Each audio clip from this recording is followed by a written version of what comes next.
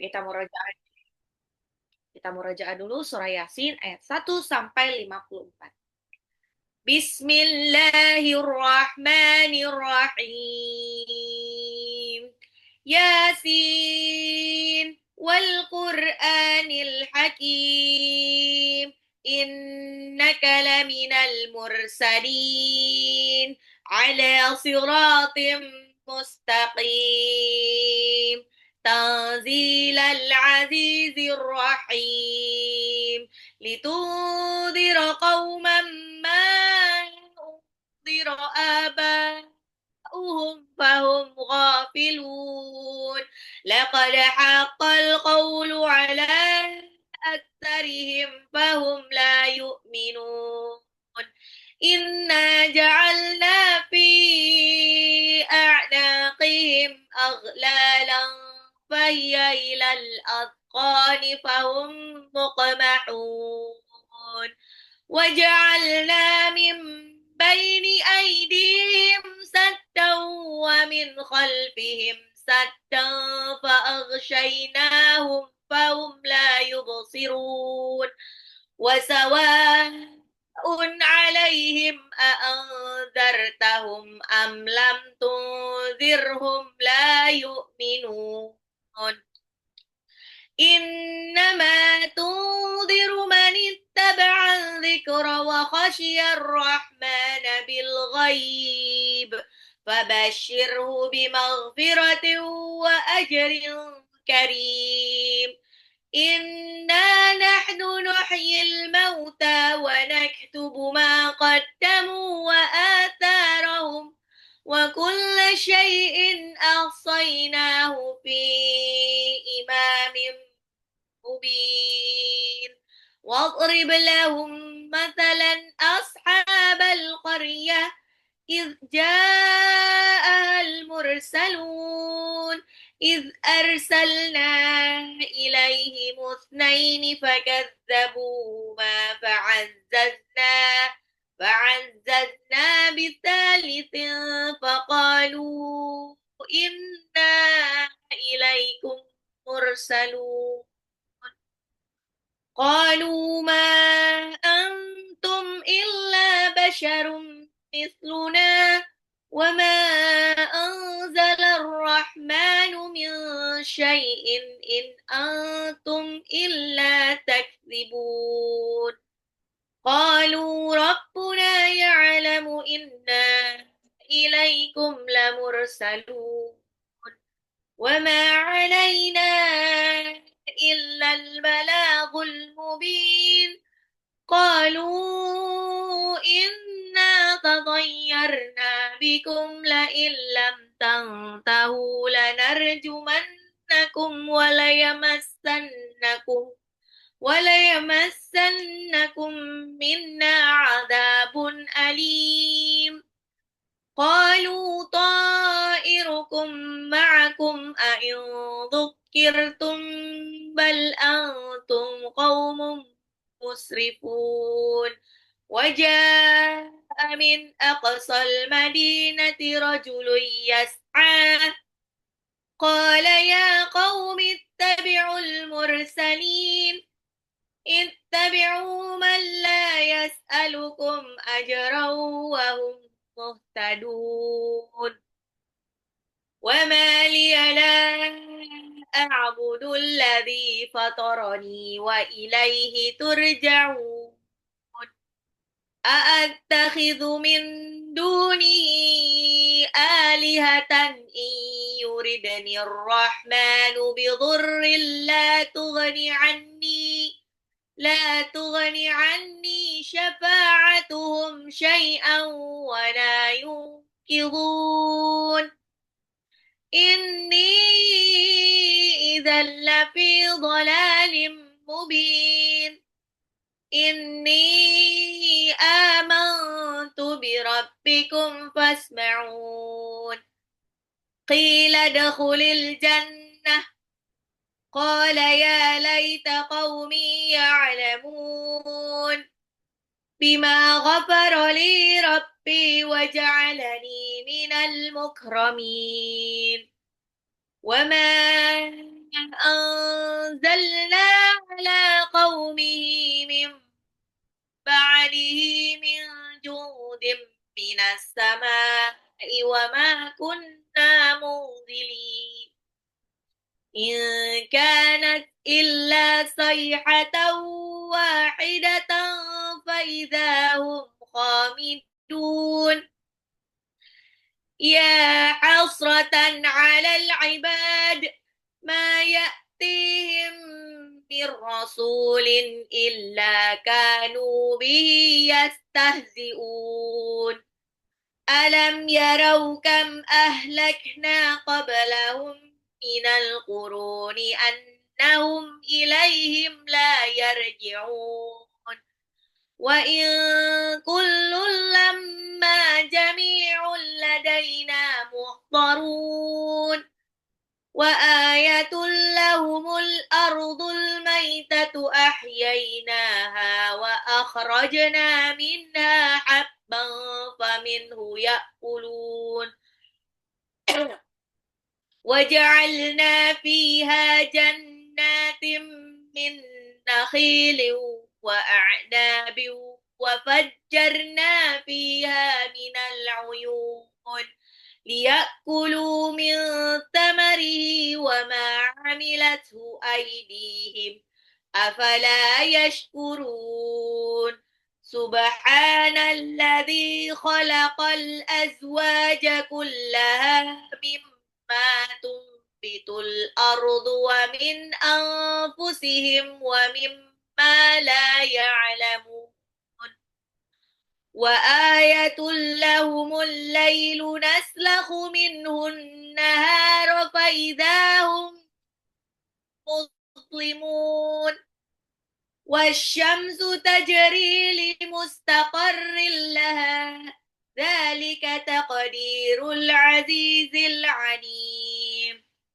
والقمر قدرناه منازل حتى عاد كالعرجون القديم لا الشمس ينبغي لها أن تدرك القمر ولا الليل سابق النهار وكل في فلك يسبحون وآية لهم أنا حملنا ذريتهم في الفلك المشحون وخلقنا لهم من مثله ما يركبون وإن نشأ نغرقهم فلا صريخ لهم ولا هم ينقذون إلا رحمة منا ومتاعا إلى حين وإذا قيل لهم اتقوا ما بين أيديكم وما خلفكم لعلكم ترحمون وما تأتيهم من آية من آيات ربهم إلا كانوا عنها معرضين وإذا قيل لهم أنفقوا مما رزقكم الله قال الذين كفروا للذين آمنوا أنطعم من لو يشاء الله أطعمه إن أنتم إلا في ضلال مبين ويقولون متى هذا الوعد إن كنتم صادقين ما ينظرون إلا صيحة واحدة تأخذهم وهم يخصمون فلا يستطيعون توصية ولا إلى أهلهم يرجعون ونفخ في الصور فإذا هم من الأجداث إلى ربهم ينسلون قالوا يا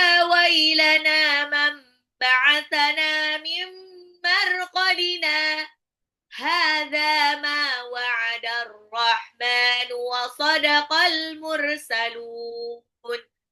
In kanat illa sayhatan wahidatan fa idza jami'un ladaina muhdarun. فاليوم لا تظلم نفس شيئا ولا تجزون إلا ما كنتم تعملون. Alhamdulillah, 4 halaman, ayat 1 sampai 54. Oke. Insya Allah dimudahkan untuk menghafal ya. Namanya ujian, ya, sama seperti ujian hidup, siap nggak siap harus tetap ujian. Tapi masalah mau nilainya bagus kek, mau buruk kek, itu nggak masalah. Ya, buat saya yang penting nanti cek hafalan. Jadi setelah cek hafalan, at least kita bisa tahu progresnya sampai di mana. Jadi kalau misalkan bunda-bunda ada yang aduh aku yang belum hafal nih sampai 54, bilang aja sama admin nanti dipisahkan. Jadi lebih nanti cek sendiri itulah, cek sendiri sama saya nanti. Mungkin kalau cek sendiri biasanya banyak apa lebih ini ya. Jadi saya tahu kendalanya di apa atau ada apa yang ya sambil cerita-cerita sih, lebih ke cerita-cerita nanti. Itu ya, jadi jangan takut untuk tidak untuk ujian gitu. Sama seperti ujian hidup. Ujian hidup itu siap tidak siap kan mau nggak mau kita harus hadapi ya. Dan tapi Allah tidak menuntut kita harus mengerjakannya semua dengan sempurna. Yang penting dihadapi dan dikerjakan. That's it. Oke, kita balik ya. Saya akan reminder lagi, maksudnya mengingatkan lagi apa yang sudah kita lalui sepanjang 54 ayat ini ya. Di surat Yasin ini, kalau kita perhatikan, ini bukan kumpulan ayat terpisah ya. Tapi semacam narasi tauhid yang bertahap. Tujuannya untuk apa? Tujuannya untuk apa ya namanya?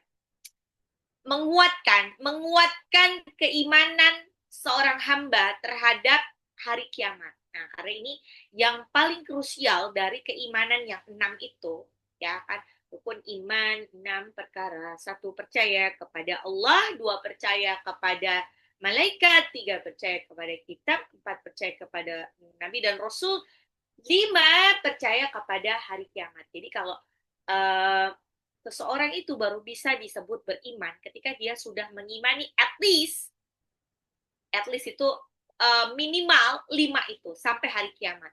Karena kalau dia sudah mengimani hari kiamat, maka dia akan lebih hati-hati dalam menjalani hidup. Apapun itu, segala keputusan, segala tindak tanduk yang dilakukan sewaktu hidup itu didasarkan pada nanti di hari kiamat gimana ya? Kalau aku ditanya sama Allah gimana ya? Ya, makanya surah Yasin ini adalah narasi tauhid yang bertahap. Narasi bertahap untuk menguatkan keimanan kepada hari kiamat. Karena yang pertama, kalau kita ingat ini tentang risalah kerasulan Nabi Muhammad SAW, ya. Habis itu dikasih bukti-bukti kekuasaan Allah, bagaimana Allah telah menyediakan alam semesta ini, telah menyediakan tumbuh-tumbuhan, telah mengatur sedemikian rupa itu tata surya gitu kan, untuk gunanya untuk apa? Untuk ke manusia ya. Terus juga dikasih juga hari kiamat itu seperti apa ya, dimulai dengan wanufikha fis suri fa idzahu. Ini ada macam-macam ya. Yang pertama adalah ketika tiupan sangkakala yang pertama, sayhatan wahidatan fa idzahum khamidun, semuanya mati. Ada juga yang tiupan yang kedua itu dibangkitkan. Terus berikutnya adalah tentang kebangkitan. Oke, jadi gambaran besar dari surah Yasin ayat 1 sampai 54 itu adalah penegasan kerasulan Nabi Muhammad sallallahu alaihi wasallam. Ini adalah bukti kekuasaan Allah dalam alam semesta dan kepastian hari kebangkitan serta hisab. Hisab, proses hisab. Ya, oke. Jadi kita ingat-ingat Ayat 1 sampai 12. Nah, ini yang pertama nih. Ayat 1 sampai 12 isinya itu adalah tentang penegasan tentang kerasulan Nabi Muhammad SAW. Jadi ini halaman pertama isinya tentang itu. Dari Yasin, wal Qur'anil Hakim, demi Al-Quran yang penuh hikmah, innaka laminal mursalin. Karena mungkin Rasulullah SAW itu kan sebagai manusia biasa ya, tiba-tiba diserahi tanggung jawab untuk berdakwah di bangsa Quraisy, ya kayak masih mempertanyakan ini bener nggak sih? Jangan-jangan aku mimpi kemarin itu ketemu sama malaikat Jibril. Sampai Allah harus bilang, innaka laminal mursalin. Sesungguhnya engkau itu bener-bener seorang nabi dan rasul. Ada siratim mustaqim yang berada di jalan yang lurus. Karena kan pasti kebayang nggak sih?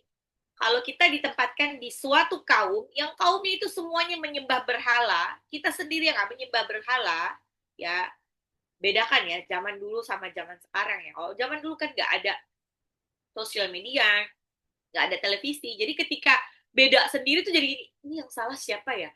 Aku atau dia ya? Dan plus Rasulullah SAW ini adalah memang keturunan Quraisy yang dari dulu ini sudah menyembah berhala. Jadi kayak ngerasa apalagi setiap saat dicokoki, oh dulu nenek moyang juga begitu nggak kenapa-napa. Mungkin Rasulullah sebagai manusia biasa agak ragu, ya, aduh ini aku yang benar atau mereka yang benar sih. Makanya Allah bilang ala sirati mustaqim.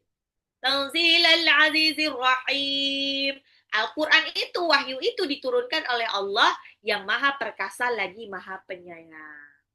Ya, buat apa? Dikasih tahu juga gunanya buat apa Al-Quran itu. Ditundira qauman ma undira aba'uhum fahum ghafilun. Buat memberi peringatan kepada suatu kaum yang nenek moyang mereka belum pernah diberi peringatan sehingga mereka lalai. Jadi walaupun kota Mekah itu dulu istilahnya cikal bakalnya itu yang ngebangun sehingga jadi ramai itu adalah tidak tidak lepas dari perannya Nabi Ibrahim alaihissalam dan Nabi Ismail ya. Karena dulu sebelum Nabi Ismail ditaruh sama Nabi Ibrahim alaihissalam ke Mekah, itu Mekah tuh cuma kayak tempat jin buang anak. Kenapa? Karena nggak ada air sama sekali. Jadi nggak ada yang menariknya di kota Mekah. Ketika akhirnya air zam-zam keluar, barulah menjadi magnet buat orang-orang sekitar untuk tinggal di Mekah. Apalagi saat itu sudah ada Ka'bah. Jadi bangun Ka'bah. Jadi mereka berbondong-bondong untuk datang. Gitu. Nah, tapi Nabi Ibrahim sama Nabi Ismail tidak ditugaskan untuk berdakwah kepada universal, kepada orang-orang, kepada umat yang luas itu. Mereka hanya ditugaskan untuk berdakwah kepada keluarganya sendiri. Ya. Laqad haqqal qawlu ala aktsarihim fahum la yu'minun. Sungguh benar-benar berlaku ketetapan takdir terhadap kebanyakan mereka, maka mereka tidak akan beriman. Jadi memang sebetulnya keimanan atau tidak itu sebenarnya sudah ditulis di Lauhul Mahfuz ya, insya Allah. Gitu. Jadi ini kayak menguatkan hati Rasulullah. Gak masalah kalau mereka akhirnya tidak beriman. Yang penting tugas kamu hanya sebagai penyampai wahyu, penyampai risalah kebenaran. That's it. Inna ja'alna fi a'naqihim aghlalan fayya ilal azqani fahum muqmahun. Jadi digambarkan orang-orang kafir itu yang tidak mau beriman kepada Allah itu mirip kayak apa? Orang-orang yang dipasang belenggu di leher mereka. Mereka terlalu sombong, terlalu pongah untuk menerima kebenaran. Nah, jadi posisinya kayak gini. Ya, tangannya juga terikat, belenggu semuanya karena udah seperti apa ya kalau kita seperti kerbau dicocok hidungnya. Jadi udah gitu-gitu aja gitu. Udah turun temurun seperti itu dia ngikutin budaya nenek moyang. وَجَعَلْنَا مِنْ بَيْنِ أَيْدِيهِمْ سَدًّا وَمِنْ خَلْفِهِمْ سَدًّا فَأَغْشَيْنَاهُمْ فَهُمْ لَا يُبْصِرُونَ. Nah, ini disebutkan orang-orang yang tidak mau beriman itu seperti dipasang penghalang, dikasih tabir di depan sama di belakang sehingga tidak bisa melihat kebenaran sedikit pun. Padahal dia melihat dengan nyata yang menyampaikan kebenaran itu adalah Rasulullah yang terkenal sebagai Al-Amin, orang paling jujur seantero Mekah. وَسَوَاءٌ عَلَيْهِمْ أَأَنذَرْتَهُمْ أَمْ لَمْ تُنذِرْهُمْ لَا يُؤْمِنُونَ. Kata Allah, sama aja. Sama saja apakah engkau Muhammad memberi peringatan kepada mereka atau tidak, mereka tetap tidak akan beriman. Gak masalah. Gak masalah. Yang penting sampaikan kebenaran. Ayat 11 sampai 12 Allah bilang innama tunziru man ittaba'a dzikra wa ghasyya rahmana bil ghaib, yang akan ikut peringatan kamu itu hanya orang-orang yang takut, hanya takut kepada Allah yang Maha Rahman yang tidak kelihatan.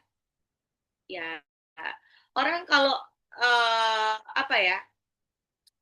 Ininya dia tuh sudah takut, sudah ada rasa takut kepada Allah yang Maha Pemberi, walaupun nggak kelihatan, dia akan takut sekali kalau tidak menjalankan perintah Allah atau malah melanggar larangan Allah. Kenapa? Karena dia takut, aduh, jangan-jangan nanti gara-gara aku tidak sholat misalkan, nanti Allah akan kurangi rezekinya, kurangi rezeki kesehatan dan lain sebagainya. Gitu. Kalau aku tidak jujur, jangan-jangan Allah akan cabut keberkahan harta yang aku punya.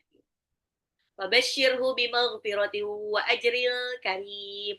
Maka berilah kabar gembira dengan ampunan dan pahala yang mulia. Terus di ayat 12 Allah tutup dengan inna nahnu nuhyil mauta wa naktubu ma qaddamu wa atharahum wa kulla syai'in ahsaynahu fi imamin mubin. Sesungguhnya kamilah yang menghidupkan orang-orang yang mati dan kami pula yang mencatat apa yang telah mereka kerjakan dan bekas-bekas yang mereka tinggalkan. Segala sesuatu kami kumpulkan dalam kitab induk yang nyata Lauhul Mahfuz. Jadi Lauhul Mahfuz ini sudah ditulis bahkan 50.000 tahun jauh sebelum langit dan bumi ini diciptakan. Sudah ditulis dan ditulis. Oke. Jadi di ayat 1 sampai 12 tentang penegasan kerasulan dan sikap manusia dalam menerima kerasulan itu. Dan di halaman kedua dan sebagian di halaman ketiga ini dari ayat 13 sampai 32. Ingat, 13 sampai 32 ini adalah kisah tentang penduduk Antakya, penduduk negeri Antakya dan lelaki mukmin. Ya, di sini diceritakan. Jadi ini kan Rasulullah menyampaikan wahyunya kepada kaum Quraisy. Dan Allah beri contoh tentang dulu pun pernah ada. Jangan dulu malah sampai diberi 3 rasul di satu kaum yang sama, tapi tetap nggak berguna. Dan bahkan bahkan penyampai wahyunya sampai meninggal. Tapi udah pasti tuh masuk surga. Jadi Allah nih kayak menguatkan. Udah nggak apa-apa, cuma ditolak-tolak dikit nggak masalah. Gitu. Allah mulai di ayat 13-nya itu dengan Allah memberi permisalan. Jadi di penduduk suatu negeri disebutkan menurut ulama tafsir penduduk Antakya, ya, itu ada yang penduduk Antakya ini mereka tidak percaya kepada akhirat, tidak percaya kepada hari kiamat, dan dia menyembah berhala. Makanya diutuslah 2 rasul, tapi masih belum cukup. Makanya fa'azzazna bisalithin faqalu inna ilaikum mursalun. Maka dikuatkan, didatangkan lagi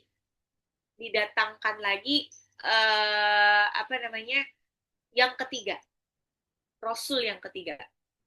Qalu ma antum illa basharun mithluna wa ma anzala ar-rahmanu min syai'in in antum illa takdzibun. Apa yang terjadi?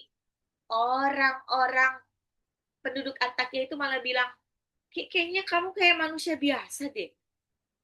Yakin kamu ini Rabi dan Rasul? Oh, apa bedanya kamu dengan saya gitu? Kamu dengan kami? Kamu hanyalah berdusta, in antum illa takdzibun. Malah dibilang kayak gitu para rasul utusan Allah. Nah, sampai rasulnya bilang qalu rabbuna ya'lamu inna ilaikum lamursalun. Tuhan kami mengetahui bahwa sesungguhnya kami ini benar-benar utusan Allah. Kami ini benar-benar utusan Allah, bukan bohongan. Dan wa ma 'alaina illal balagul mubin, dan tugas kami cuma menyampaikan kebenaran. Cuma menyampaikan kebenaran, bukan untuk mengubah. Sampai biasa orang-orang itu kalau tidak mau menerima kebenaran, kadang-kadang Kan padahal kalau secara itu tinggal menghindar aja ya, tapi dia nggak mau, dia mau tetap di situ, tapi nggak mau dengerin kata-kata itu. Sampai penduduk Antakya itu bilang sama para rasul itu, nih ya, kalau kamu nggak mau berhenti ngomong, ya nanti kamu akan saya siksa, saya akan kamu akan merasakan siksaan yang pedih. Tahu nggak kamu, ini kemalangan yang terjadi ini gara-gara kamu terlalu banyak ngomong. Kami sudah dari lama turun-menurun menyembah berhala dan nggak ada masalah. Sekarang tiba-tiba ada masalah. Gara-gara apa? Gara-gara kamu berusaha mengubah apa yang sudah adat istiadat, ya, yang sudah turun temurun ini. Ya. Para Rasul bilang di ayat 19, qalu ta'irukum ma'akum a'in dzukirtum bal antum qaumun musrifun. Siapa bilang kemalangan kamu itu karena perbuatan kamu sendiri. Jadi nggak ada hubungannya dengan peringatan aku. Ya, yang jelas-jelas kamu adalah bal antum qaumun musrifun. Kamu adalah kaum yang sarofa, kaum yang melampaui batas. Tiba-tiba ketika keadaan genting, tiga Rasul utusan Allah itu dikeroyok sama penduduk Antakya. Dan di ayat 20 disebutkan ada seorang laki-laki dari ujung kota lari tergesa-gesa, namanya Habib An-Najjar. Menurut sebagian besar ulama tafsir menyebutkan itu. Dia datang. Tunggu dulu. Wahai kaumku, ikutilah para Rasul itu. Nah, jadi menurut cerita Habib An-Najjar ini memang sudah beriman, tapi dia karena males dibully sama kaumnya, makanya dia pindah ke ujung kota, istilahnya ke desa lah. Mungkin kalau ini dia kayak di puncak ya lah tinggal. Ketika dia mendengar ada cerita itu, dia buru-buru datang ke kota. Cuman mau bilang, ikutilah Rasul itu. Rasul itu yang benar. Rasul itu tidak pernah meminta imbalan. Ya, mereka adalah orang-orang yang mendapat petunjuk. Mereka bukan suruhan siapa-siapa kecuali Allah Subhanahu wa taala. Terus bahkan Habib An-Najjar dengan gagah beraninya dia bilang, "Wa ma liyana a'budul ladzi fatarani wa ilaihi turja'un." Dia bilang, "Apa alasanku untuk tidak menyembah Allah yang menciptakanku dan tempat aku kembali?" Terus dia malah menambahkan lagi, attakhidhu min dunihi alihatan in yuridani rahmanu bidurrin la tughni anni syafa'atuhum syai'an wa la yunkidun. Mengapa aku harus mengambil sesembahan selainnya jika Allah yang Maha Pengasih menghendaki bencana terhadapku? Ya, jadi apa namanya? Dia tuh malah dengan gagah beraninya menyatakan keimanannya di hadapan Inni inni idzal lafi dhalalim mubin. Kalau aku menyembah berhala seperti kalian, kalau aku menyembah selain Allah seperti kalian, aku ini benar-benar sesat-sesatnya. Inni amantu bi rabbikum fasma'un. Kata Habib An-Najjar lagi, sungguh aku telah beriman kepada Tuhan. Maka dengarkanlah kesaksian aku ini. Nah, apa yang terjadi? Ya tentu saja si Habib An-Najjar ini menurut cerita akhirnya dibunuh sama para penduduk Antakya. Tapi ketika mereka dibunuh, ketika dibunuh, apa yang terjadi? Menurut kisah Habib An-Najjar itu malah udah di alam kuburnya sudah dibilang, qila dakhulil jannah, qala ya laita qaumi ya'lamun. Ya, dibilang sama apa namanya? eh, di alam kubur, tenang aja, nanti kamu bakalan masuk surga. Habib An-Najjar bilang, aduh, seandainya kaumku tahu bahwa kematianku malah menjadi pintu kebahagiaanku, pasti mereka menyesal. Bima ghafaroli rabbi wa ja'alani minal mukramin. Bagaimana Tuhan mengampuniku dan menjadikanku termasuk orang-orang yang dimuliakan. Ya. Dan setelah dibunuh itu ya, Allah tidak menurunkan satu pasukan langit pun untuk menghancurkan kaum itu. Karena kata Allah, وما أنزلنا على قومه من بعده من جند من السماء وما كنا منزلين.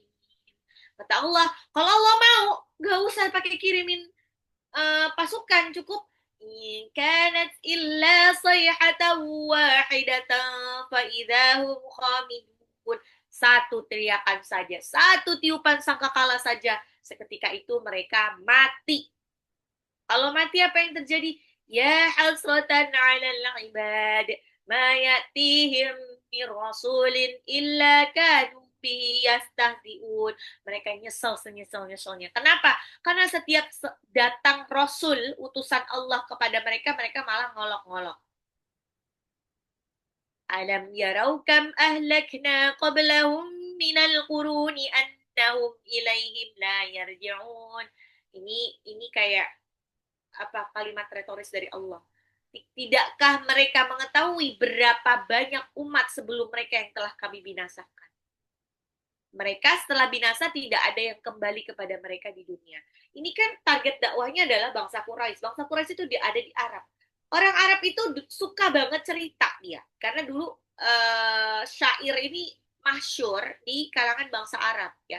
Kalau kita sekarang suka mendengar kisah Alibaba, Aladin, itu adalah hasil dari kesusastraan Arab, bangsa Arab saat itu. Dan sudah pasti mereka tahu banget cerita tentang Fir'aun, ya Fir'aun yang mati tenggelam tapi jasadnya masih ada.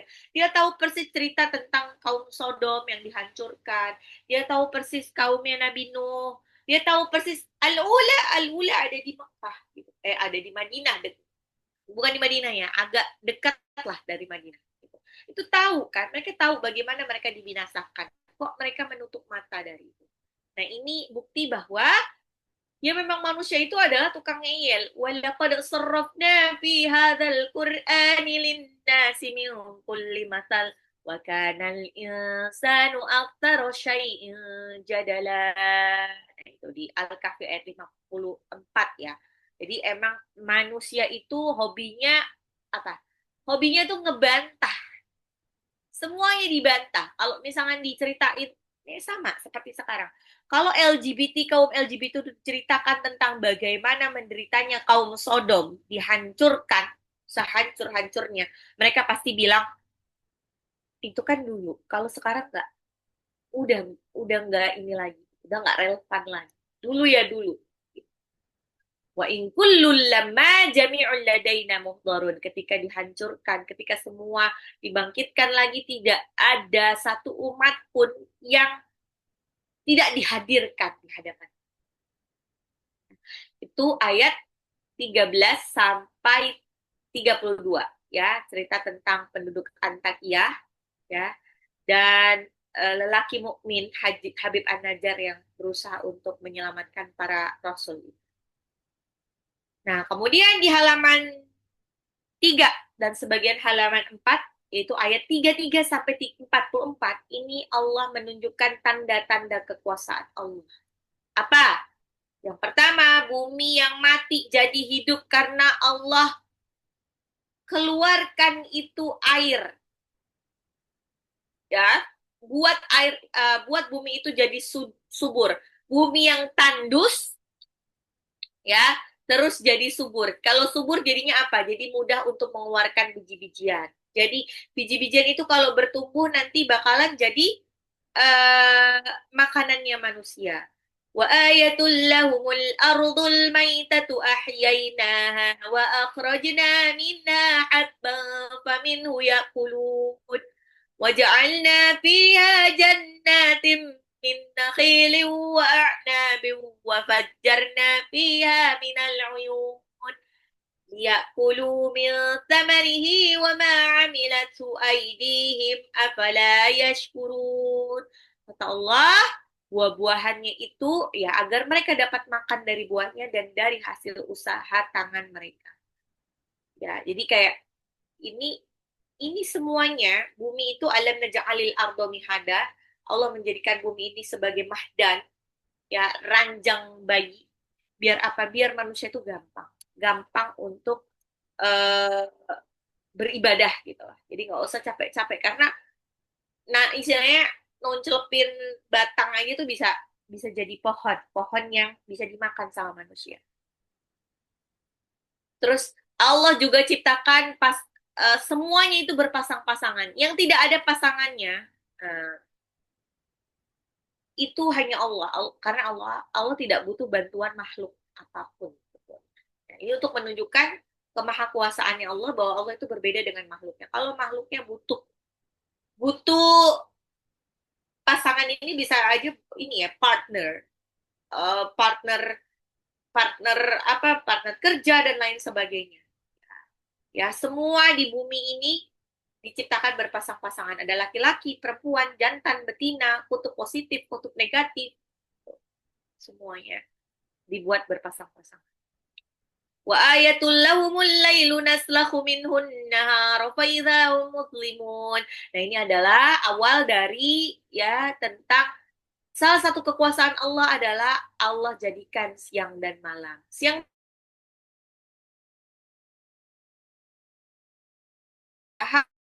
dan ada komar, ya, mereka yang berjalan pada di tempat edarnya sesuai dengan peredarannya. Ingat, jadi bumi itu berputar pada porosnya, putar, dan pada saat yang bersamaan dia juga berputar mengelilingi matahari. Dan saat yang bersama matahari pun berputar, semuanya berputar. Kalau sampai telat muternya, ya apa yang terjadi? Maka akan terjadi ketidakseimbangan. Ya, malam dan siang dan malam akan acak-acakan. Dan kenapa acak-acakan ini? Karena matahari sama bulannya mager untuk gerak. Ya seharusnya udah siang dia masih malam. Gitu. Dan udah pasti akan terjadi laut yang sangat pasang. Kapal nggak bisa berlayar kalau kayak gitu pasang.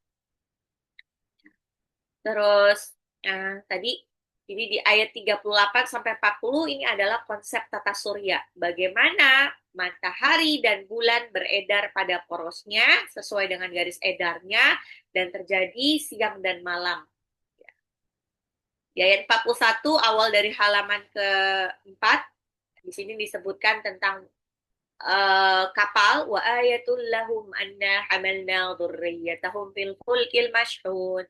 Jadi ini adalah salah satu tanda kebesaran Allah bagi mereka adalah ini kisah tentang Nabi Nuh alaihi salam. Ketika Nabi Nuh alaihi salam ini apa ya? Misalnya dibully. Nabi Nuh alaihi salam ini dakwanya ratusan tahun, lebih lama daripada Rasulullah Shallallahu alaihi wasallam. Tapi dapatnya cuma dikit. Akhirnya mungkin ini udah puncak kekesalan eh, udah puncak kesabarannya lah Nabi Nuh, udah ratusan tahun lah ya cuma dikit. Akhirnya disuruh bikin kapal sama Allah, bikinnya kapalnya pun di atas gunung. Makanya dikata-katain lagi, ini orang gila kali ya di atas gunung bikin kapal. Ternyata banjir besarnya itu adalah ya di atas.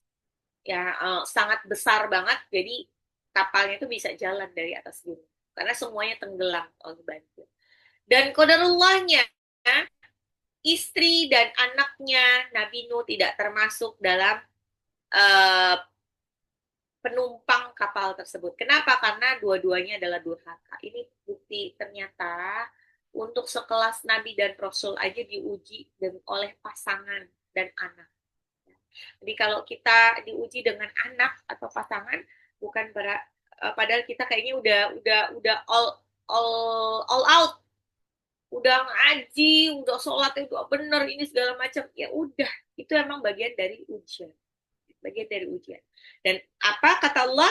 Allah menguji manusia supaya apa? Supaya Allah tahu mana yang paling baik amalnya, malah yang paling buruk amalnya. Poin-poin amal kebaikan itu yang akan membawa dia ke surga. Wa khalaqna lahum min mithli ma yarkabun. Dan kami juga menciptakan untuk mereka jenis angkutan lain. Jenis angkutan lain untuk dinaikin. Jadi Allah buat tidak hanya jadi inspired ya. Jadi kalau kita bisa menggunakan sekarang ada transportasi kapal, ada transportasi udara atau darat itu karena apa? Ini terinspirasi dari apa-apa yang sudah diciptakan oleh Allah. Ya, kalau kapal terbang kan dari Allah sudah menciptakan toir, burung. Ada di surat Al-Mulk ayat 19 ya. Jadi gara-gara itu ya Allah mengingatkan kita bahwa itu kalau bukan karena Allah itu jatuh ya. Nah, terus wa khalaqna lahum min mithlihi ma yarkabun. Nah, wa inna sya'nu ghariqhum fala sarikha lahum wa la hum yunqadhun. Kata Allah, kalau Allah mau, Allah bisa tenggelamkan kapalnya Nabi Nuh. Ya, tidak ada penolong bagi mereka dan tidak pula diselamatkan. Tapi Allah selamatkan. Illa rahmatan minna wa mata'an ilahi. Allah selamatkan karena rahmat yang besar dan mereka diberikan kesenangan hidup sampai waktunya. Sampai waktunya apa? Sampai waktunya meninggal. وَإِذَا قِيلَ لَهُمُ اتَّقُوا مَا بَيْنَ أَيْدِيكُمْ وَمَا خَلْفَكُمْ لَعَلَّكُمْ تُرْحَمُونَ. Afwan, tadi kayaknya kelewat ya. Jadi dari ayat 33 sampai 44 adalah tanda-tanda kekuasaan Allah. Nah, ini ayat 45 adalah mulai awal dari 45 sampai 50 ya. Ini tentang manusia yang lalai dan datangnya hari kiamat. Dari ayat 45, ketika dikatakan kepada mereka, kepada orang-orang yang bertakwa, takutlah kamu akan siksa yang ada di hadapanmu, saya di dunia, dan azab yang ada di belakangmu di akhirat, agar kamu mendapat rahmat. Maka mereka paling berjanji. Ya, terus ayat 46-nya, وَمَا تَأْتِهِمْ مِنْ آيَةٍ مِنْ آيَاتِ رَبِّهِمْ إِلَّا كَانُوا عَنْهَا مُعْرِضِينَ. Tidak satu pun dari tanda-tanda kebesaran Tuhan datang kepada mereka, kecuali mereka berpaling dari. Nah, ini salah satu tanda dari orang-orang kafir adalah, orang-orang yang tidak bersyukur, orang-orang kufur adalah ini. وَإِذَا قِيلَ لَهُمْ أَنْفِقُوا مِمَّا رَزَقَكُمُ اللَّهُ.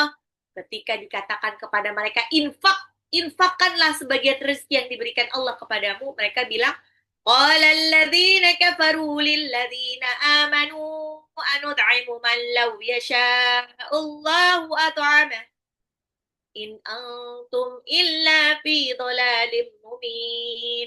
Mereka malah bilang, apakah pantas kami memberi makan kepada orang yang kalau Allah mau dia bisa makan?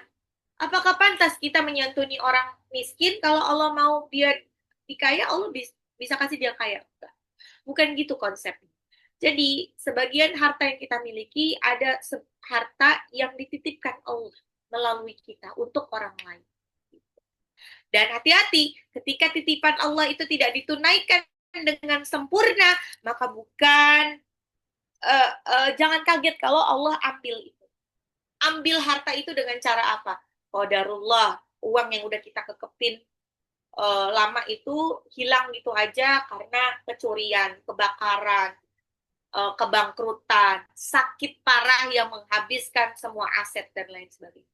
Dan Ibunda, ini saran saya, saya cuma meneruskan saran ini dari yang ada di ayat Al-Quran dan hadis. Ketika Bunda dititipkan harta banyak atau sedikit, ya, tidak hanya banyak, ya, soalnya kan banyak itu kan relatif ya. Kalau menurut saya mungkin 1 juta udah banyak, banyak orang lain yang bilang 1 juta dikit banget gitu. Oke, banyak atau sedikit harta yang kita miliki, ya, perhatikan. Yang kita bayangkan adalah titipannya Allah. Dan di titipan itu ada titipan untuk orang lain yang membutuhkan. Buang-buang aja itu uangnya. Maksudnya apa? Sorry, nanti takutnya disalah. Kasihkan uang itu sebagian yang untuk milik orang lain itu ya dari harta kita. Kita kasih untuk sedekah, infak, zakat. Jadi kalau zakat itu emang cuma 2,5% dari harta kita kalau sudah capai nisab. Nisabnya itu kan 85 gram emas ya. Jadi kalau udah lebih itu udah disimpan setahun itu sudah bisa dizakatkan. Nah kalau sudah bisa dizakatkan, nah zakatnya kecil ya kalau misalnya 2,5% dari itu. Tapi ini tidak menutup kemungkinan buat bunda-bunda untuk lebih banyak lagi. Banyak itu untuk sedekah. Jadi nggak apa-apa, lebih banyak sedekahnya daripada zakat. Apa-apa. Kalau kita berhasil melakukan itu semacam berhasil menunaikan amanah Allah. Nih, itu kayak gini, nih Allah, aku ternyata cukup loh, ternyata aku kurang loh dikasih harta segitu karena aku kasihin ke dia, ke dia, ke dia, ke dia. Nanti insya Allah Allah akan memaintain hartanya itu.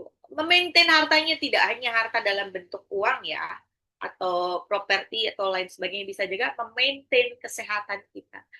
Kesehatan yang harusnya dibayar dengan harga yang sangat mahal, ya, eh, dan Allah jaga itu kesehatan.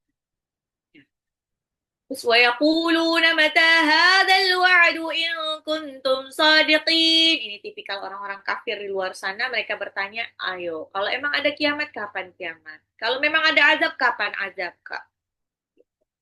مَا يَنْظُرُونَ إِلَّا صَيْحَةً وَاحِدَةً تَأْخُذُهُمْ وَهُمْ يَخِصِّمُونَ. Kata Allah, kata Allah, مَا يَنْظُرُونَ, mereka hanya menunggu, tunggu aja. Satu teriakan aja bisa menghancurkan mereka. Menghancurkan sehancur-hancurnya walaupun mereka sedang sibuk dengan urusan dunia. وَلَا يَسْتَطِيعُونَ تَوْصِيَةً وَلَا إِلَىٰ أَهْلِهِمْ يَرْجَعُونَ. Ketika hari itu datang, mereka nggak akan sempat pulang ke rumah untuk kasih tahu keluarganya, untuk menyelamatkan keluarganya. Jangankan menyelamatkan, dia malah lari. Bahkan disebutkan ketika hari kiamat itu, ibu-ibu yang lagi hamil aja itu sampai lahiran dan bayinya nggak diambil.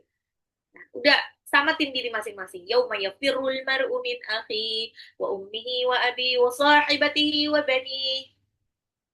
Likulli imri'in minhum yauma idzin sya'nu yughnih. Udah pada sibuk semua. Ayat 51, nah ini adalah awal bagaimana nanti uh, hari kebangkitan dan awal hisab ya. Ayat 51. Yang pertama dimulai dari tiupan sangkakala. Tiupan sangkakalanya وَنُفِخَ فِي الصُّورِ فَإِذَا هُمْ مِنَ الْأَجْدَاثِ إِلَى رَبِّهِمْ يَنْسِلُونَ. Ini tiupan sangkakala yang kedua, karena ketika dibangkitkan mereka bergerak menuju Tuhannya untuk antri. قالوا يا ويلنا من بعثنا من مرقدنا هذا ما وعد الرحمن وصدق المرسلون. Begitupun mereka-mereka yang di kuburan berasa kayak tiduran doang. Mereka-mereka yang beriman, mereka juga dibangkitkan, itu ngerasa kayak cuma sebentar doang deh. Kok tahu-tahu udah dipanggil kok. Enak ya. Insya Allah. Jadi sebetulnya nih, ini buat untuk membantu logika siapapun ya. Muda-muda yang berada di dalam titik nol, punya masalah hidup yang sangat berat, jangan kepikiran sedikit pun untuk bunuh diri. Kenapa? Masalahnya itu. Kita nggak tahu nih kiamatnya kapan. Kalau kita udah tahu kiamatnya tinggal besok gitu ya, mungkin jedanya nggak terlalu lama gitu. Di alam kubur, disiksanya nggak terlalu lama. Lah kalau kita nggak tahu, bayangkan ketika kita mati, mati bunuh diri, ya karena dikejar pinjol misalkan. Ya mungkin selesai masalah dikejar pinjol, tapi masalahnya adalah dikejar pinjol itu masih lebih nggak apa-apa dibandingkan dikejar malaikat penjaga kubur.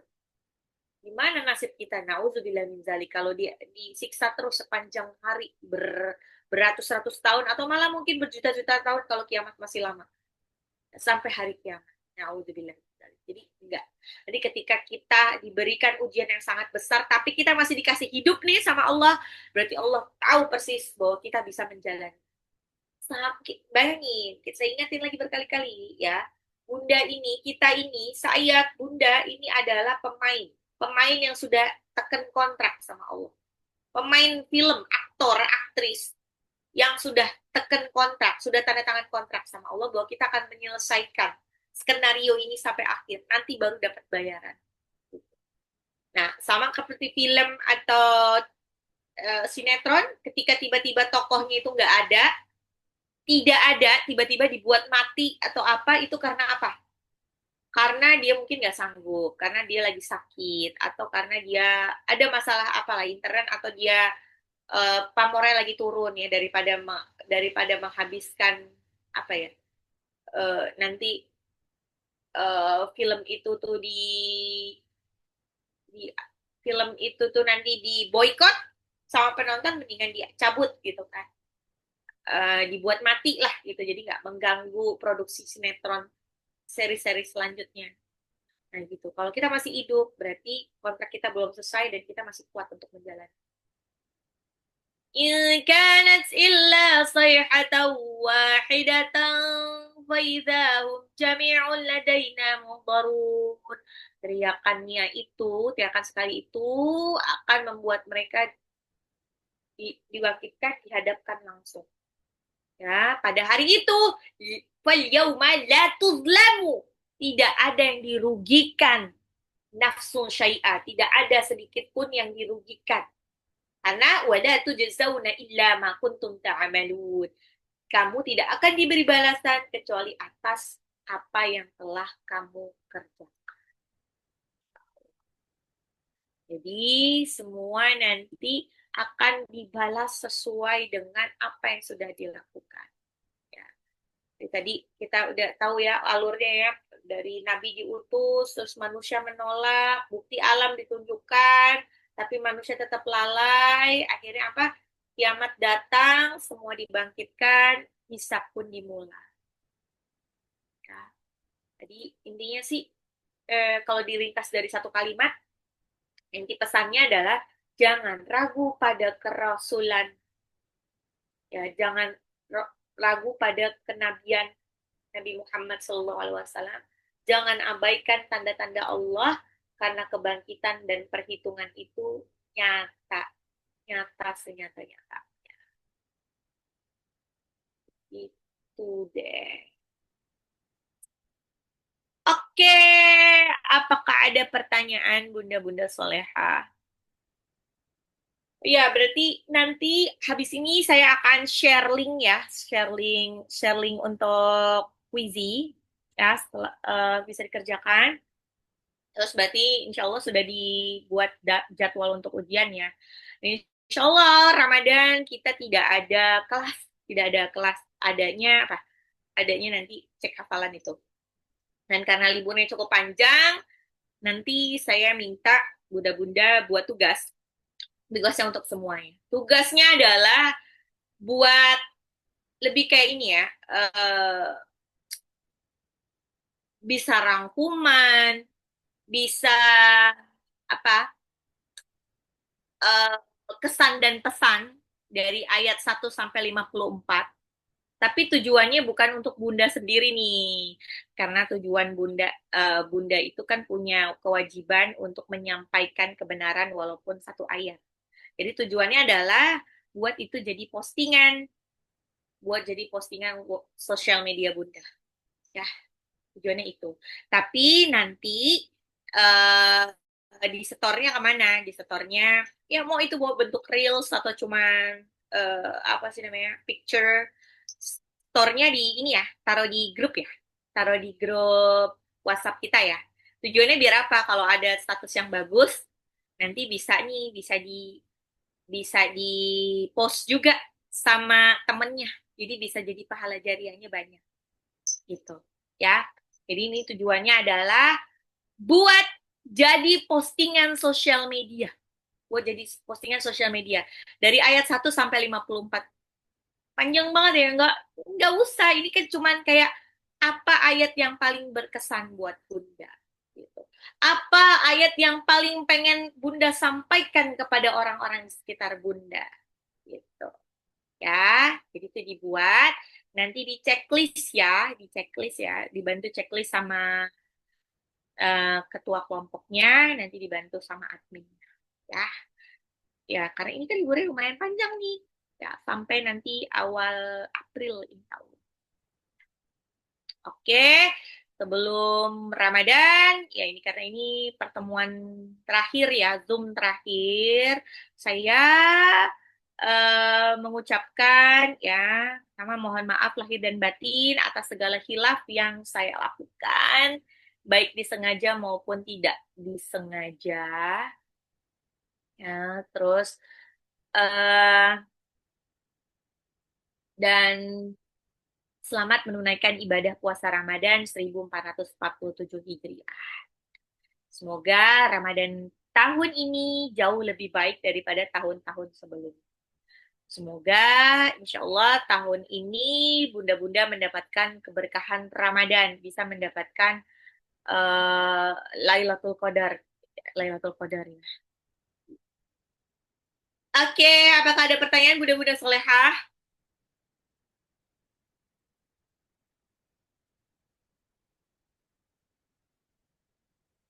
Oke.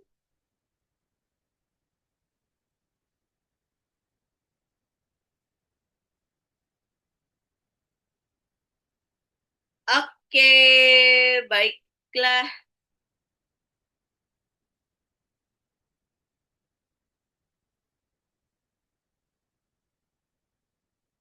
Oke, baiklah kalau tidak ada pertanyaan, bisa nanti Japri ya. Kalau tidak ada pertanyaan, marilah kita tutup pengajian hari ini dengan baca hamdalah, alhamdulillahirrabbilalamin, dan doa penutup majlis, subhanaka wa bihamdika, asyhadu an la ilaha illa anta, astaghfiruka wa atubu ilaik. Yang benar datangnya dari Allah, yang salah datangnya dari saya sendiri. Mohon maaf lahir dan batin. Wabillahi taufiq walhidayah. Wassalamualaikum warahmatullahi wabarakatuh. Waalaikumsalam.